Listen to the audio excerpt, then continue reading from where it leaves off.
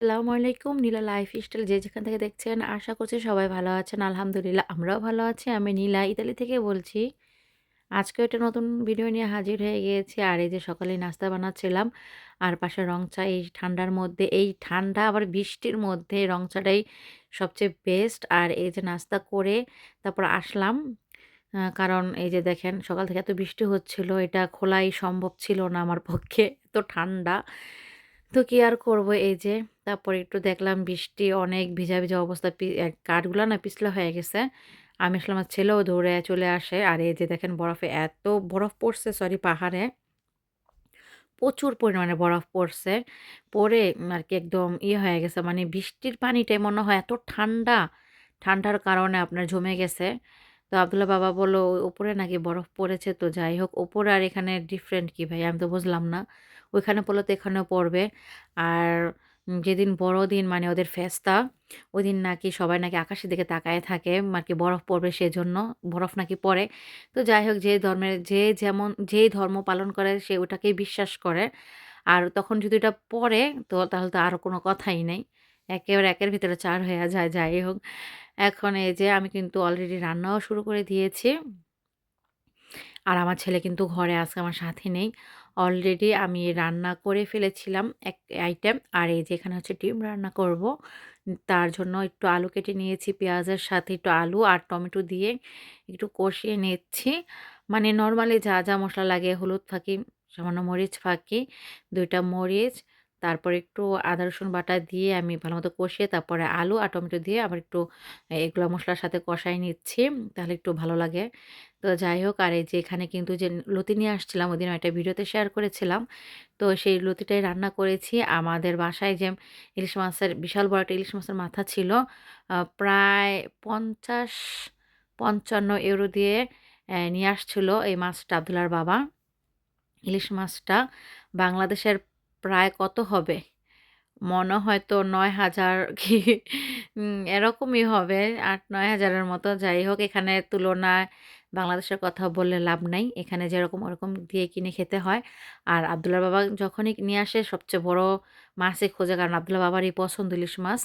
আমাদের এত পছন্দ না, ইন্টারেস্ট নাই। এই বাসি মাছ কোনো ঘ্রাণই নাই। বাসি বলব না, কি করব? এত দাম দিয়ে নিয়ে আসে কিন্তু খাবার কোনো টেস্টই পাই না। আর এই যে বুড়া মেয়ে দুপুরে ঘুম আসবে না। এখন কিন্তু দুপুর আর বিকেল একসাথে হয়ে গেছে সিমিলার। যাই হোক, এই যে এখন আমার ছেলে বসে আছে, ঘুম আসবে না। ওর বাবার জন্য অপেক্ষা করতেছে। ওর বাবার সাথে যাবে। ওর বাবা যখন রেস্টুরেন্টে যাবে তখন ও যাবে। তো এখন থেকে এটা আরকি বন্ধ করব। আমি যেতেই দিব না। যতই কান্নাকাটি করুক না কেন, ওকে যেতে দেওয়াই হবে না। অভ্যাসটা একটু ঘুরাতে হবে। একটুও ঘুম আসতে চায় না। ঘুম আছে কিন্তু ঘুম আসবে না। এই যে দুষ্টামি করে আর বলে এটা খায় না কিন্তু খাবারের কথা বলে এরকম সময়টা নষ্ট করে। আর দুপুর আর বিকেল একই হয়ে গেছে। আর তারপরে আমার ছেলে তো ঘুম আসে নাই।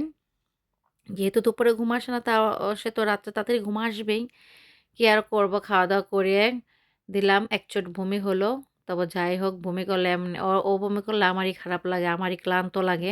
সারাদিনটাই বৃথা যায়। তো যাই হোক এখন কি আর করব, ঘুম পাড়ানো হইছে ওকে। কারণ সারাদিন ঘুম আসে না। এখন ৯টারও বেজে গেছে। তাই ঘুম পাড়ায় দিয়ে আসলাম। আর এই যে আমি খাবারটা গরম করে নিয়ে নিয়েছি। আর মনে হচ্ছিল যে একদম মুখ ঝাল করে কিছু খাই। এমনিতে নরমাল ঝাল হইছে সব খাবারই কিন্তু তারপরও আর এই যে মনের মতো একটা মরিচ পেয়ে গেলাম। একটু ঘ্রাণ থাকলে বেশি ভালো হতো। দেখেন কি বিচিগুলা কি এত ঝাল ছিল। অনেক ঝাল। আমার তো অনেক ঝাল লাগছে তারপরেও খুব ভালো লাগতেছে। এটা দিয়েই খাবো। খাওয়া-দাওয়াটা শেষ করব। লতি দিয়ে খাচ্ছিলাম। আর যেহেতু ইলিশ মাছের মাথা দিয়ে রান্না করেছি এখানে একটু কাটা-মাটা থাকতে পারে। তেমন কাটা নাই। আমি একবারে ভেঙে ফেলি নাই মাছের মাথাটা। কানসা ছিল, তারপরে যাই হোক মাথার মধ্যে যা, যা, যা থাকে তাই ছিল। খেয়ে নিলাম। আর এই যে আমি একটু ভাবছিলাম যে লতিগুলা হবে, হাতে ধরবে। কাটার সময় দেখলাম যে ধরে না। আবার ভাবলাম ধোয়ার সময় ধরতে পারে। ধোয়ার সময়ও ধরে নাই। তো তারপরেও আমি একটু রসুন বেটে দেওয়ার কথা ছিল, বাটি নাই। তারপর এরকম কোষগুলা কেটে, কেটে পিস, পিস করে আমি দিয়ে দিয়েছিলাম। তারপরে এই যে আর আমার এরকম আনাম রসুন না শুটকির বলেন, তারপরে এই যে এরকম খাবারের মধ্যে দিলে ওইটা ভালো লাগে অনেক। গোস্তের চাইতে বেশি ভালো লাগে এইভাবে। আমার গোস্তেরটা দিলে না বেশি ভালো লাগে না। অনেকে আছে গোস্তের মধ্যে রসুন দেয়, ওইটা আমার পছন্দ না। তো এই যে আমি খাবারটা শেষ করে নিচ্ছি। এখন লতিতে খাবারটা শেষ করা হয়ে গেছে অলরেডি। এই যে দেখেন আপনাদের সাথে আমি শেয়ার করছিলাম। ও মানে বলছিলাম যে আমি এখানে এত বাজে স্মেল, শুটকির ঘ্রাণও ভালো। আমি একটু কাঁটাগুলা মুখে দিছিলাম শখ করে চাবানোর জন্য। এত খারাপ লাগছে ভাই আল্লাহই জানে। কেমন আরকি কতদিনের আগের এই মাছ। তারপর একটু ডিম নিয়ে নিলাম। ডিম দিয়ে খাচ্ছি এখন। ডিম আমি দুপুরে খেতে পারি নাই মানে খাওয়াই হয় নাই। লতি দিয়ে তারপর আগের তরকারি ছিল পালং শাকের, ওইটাই আমার খুব পছন্দ ছিল। ওইটা দিয়ে খেয়ে নিয়েছি। আর আমার খাবার তো অলরেডি শেষ। আর এই যে এই কেকগুলি মালিকের নানা আরকি সবসময় আসে। বয়স্ক লোক আমাদের সাথে কথা বলে আর ওরাও কথা বলতে খুব পছন্দ করে। আবার এরকম অনুষ্ঠানে যে মানে বড়দিনে বা যেকোনো ফেস্টায় যে ওরা এরকম রুটি মানে কেক রুটিগুলো দিয়ে যায়। তো এই যে এরকমই ৩ টা দিয়ে গেছে। দেখি আমি তো এর আগে একটা শেয়ার করেছি। ওইটা আমার কাছে খুবই ভালো লাগছে প্লেন। ওইটার মধ্যে কিসমিস মুরব্বা কিছুই নাই। আর এটা খুললে যে একটা বেশি একটা স্মেল আসে ওরকম স্মেলও নাই। আর এই যে দেখেন রাত্রের পরিবেশটা একদম বৃষ্টি হচ্ছে সারাদিন। কি যে একটা অবস্থা।